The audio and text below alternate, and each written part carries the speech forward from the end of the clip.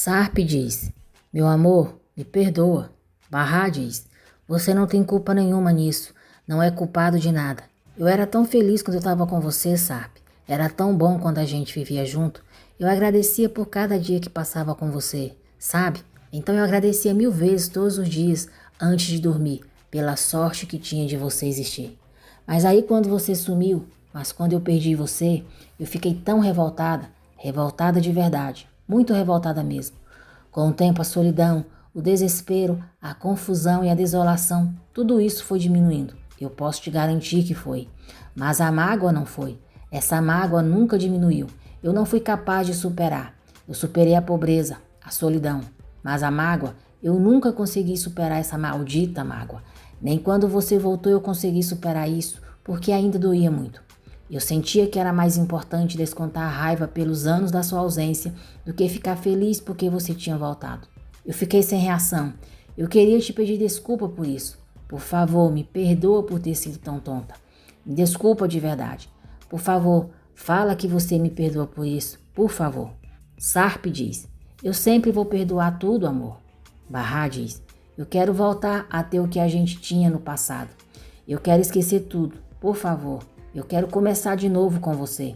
Eu quero que a gente seja uma família feliz de novo. É isso que eu mais quero agora. Muito emocionado, Sarp diz: essa é a melhor coisa que eu já ouvi, Barra. Barra diz: a Nissan e o Doruk, você e eu, meu pai Enver, a Seida e até a Sirin, vamos ser uma grande família. Nós merecemos ter uma família. Todo mundo merece amar e se sentir amado. E se sentir bem entre os seus entes queridos. Você não acha? É que agora a única coisa que podemos fazer pela minha mãe é proteger a Sirin e ficar de olho nela de qualquer jeito. Por favor. A minha mãe ficaria feliz. Eu acho que só assim ela vai descansar em paz. Sarp diz que agora tudo vai ser como ela quiser. Barra diz: isso é muito triste. Me perdoa, Sarp. Eu agi tomada pela raiva. Me desculpa por não ter feito o que meu coração queria. Me perdoa. Sarp diz: eu te perdoo pelo que aconteceu no passado e pelo que vai acontecer no futuro. Não importa o que for, eu sempre vou te perdoar, meu amor. Vai ser como uma página em branco, sem manchas. Barra dá um beijo nele. Depois, deita a cabeça no peito dele. E aí, o alarme toca, como Jale havia programado. Piril se prepara para sair de casa para ver Sarp no hospital. Enver e Sirin sofrem com a ausência de Atice. Sirin vai para o quarto do pai e adormece ao lado dele. Enver se vira para o lado e vê Atice. Atice faz sinal para ele não fazer barulho. Enver sorri, chora e fica acariciando o rosto dela. Barra diz a Sarp para descansarem, para Jale não ficar brava com eles. Enver pergunta por que Atice está olhando assim para ele. Atice diz: você ainda não me prometeu. Enver pergunta o quê? Atice diz que ele sabe sobre o que é. Enver diz que a Sirin está dormindo e depois eles conversam. Atice diz que não, que vão conversar agora e vai para a cozinha. Enver vai atrás dela. Atice diz: você não quis me prometer no hospital. Eu parti preocupada. Enver, por favor, me promete logo. Enver diz que não pode, que fica com medo de prometer isso para ela e nunca mais poder vê-la, pois não consegue viver sem ela. Atice diz: meu amor, mas eu já parti e você sabe disso. Me deixa descansar em paz. Promete que vai cuidar da Sirin e que sempre vai ficar do lado dela. Anda. Enver diz: então tá bom, eu vou fazer o que você quer. Tá bom, eu te prometo. Não importa o que ela faça, não importa o que diga. Eu vou ficar do lado da Sirin, tá bom? Você tá feliz? Atice sorri, o abraça e diz: obrigada, obrigada, meu amor. Agora vamos pra cama. Ela sai na frente. Enver vai pro quarto. Não a vê mais. E sai procurando por ela pela casa. Sirin acorda e pergunta o que ele está fazendo. Enver diz que está procurando uma coisa, mas chama ela para deitarem de novo, que amanhã ele procura. Piril chega ao hospital.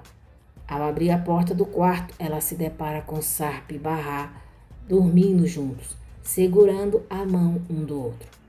Arif vai passando com o policial e vê Piril na porta do quarto deles. Ele pede um minuto ao policial para falar com a amiga e o policial permite.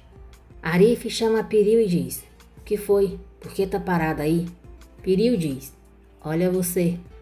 Arif se aproxima da porta e vê Barra e Sarp juntos. Triste, ele fecha a porta com cuidado e diz: vamos, aqui não tem nada para ver. E pergunta o que ela foi fazer ali. Piriu diz: o meu ex-marido se acidentou e eu vim visitar. É estranho? Nós dois fomos casados e tivemos filhos. Eu não falei para ele, mas te falo. Melhoras. E ela vai embora, sem olhar para trás. No dia seguinte, Sarp acorda com Nissan e Doruk olhando para ele sorrindo. Barra acorda e dá bom dia para os filhos, Sarp e Seida. Seida deseja boa recuperação para Sarp. Como não pode abraçar o pai ainda por causa dos ferimentos dele, Barra diz que os filhos podem abraçar ela e eles vão correndo para o lado dela. Henry vai visitar Arif e conhece Kismet. Henry pede a ajuda de Kismet para pedir a guarda do filho. Arif pergunta como assim. Henry diz para ele não interpretá-lo mal e diz que não vai fazer nada sem o consentimento da Seida. Mas como Arda precisa de educação especial e como a guarda dele é da avó, nem ele nem a Seida têm direitos legais para poder ajudar. Kismet diz a Henry que vai ver o que pode fazer e dá o seu cartão para ele. Sarp está muito quieto e calado. Seida pergunta se ele está sentindo alguma coisa e diz que está achando ele tão pálido. Sarp não diz nada. Para não assustar os filhos, Barra diz que está tudo bem com ele, que as enfermeiras passam toda hora e os médicos falaram que é normal ele ficar assim. Seida sai dizendo que vai até a lanchonete. Fazilete vai até a cafeteria querendo chá, mas quando o rapaz vai servi-la em um copo plástico, porque os copos de vidro estão todos sendo usados ou estão sujos, ela se recusa a tomar o chá no copo plástico e começa a reclamar. Seida vê tudo e diz: por que a senhora está criando tanto caso com isso? O chá não é o mesmo? Fazilete diz: e eu posso saber por que está se metendo? Seida se aproxima do atendente, coloca o seu copo no balcão e diz que ele pode usar o dela. Pode lavar e dar logo para ela. Fazilete diz que não quer e empurra o copo de volta para ela. Seida diz para Fazilete e o atendente esperar. Vá até a pia, joga o seu chá fora, lava o copo e pergunta a Fazilete: quer forte ou suave? Quer com açúcar? Fazilete pede um chá forte e sem açúcar. Seida então coloca o chá para ela e diz: tá vendo só como isso é simples? Mas se olhar ao redor, todo mundo tem os seus problemas. Se tá num copo ou outro, isso não é importante. Fazilete diz: para mim é sim, muito importante. Muito obrigada. Ela pega o chá e se retira. Seida diz para o atendente: se ouviu a bruxa velha? O chá é importante, mas pelo jeito a educação não é. O rapaz diz que vai dar outro chá para ela. Seida diz que não precisa, porque não gosta de copo descartável. O rapaz diz que então vai fazer um pão para ela como cortesia da casa. Seida o agradece e fica encarando Fazilete em sua mesa. Fazilete diz a Jale que a mulher que ela mandou para casa dela não conseguiu se entender com o Raif. Jale diz que não foi bem dessa forma, o Raif expulsou ela de lá.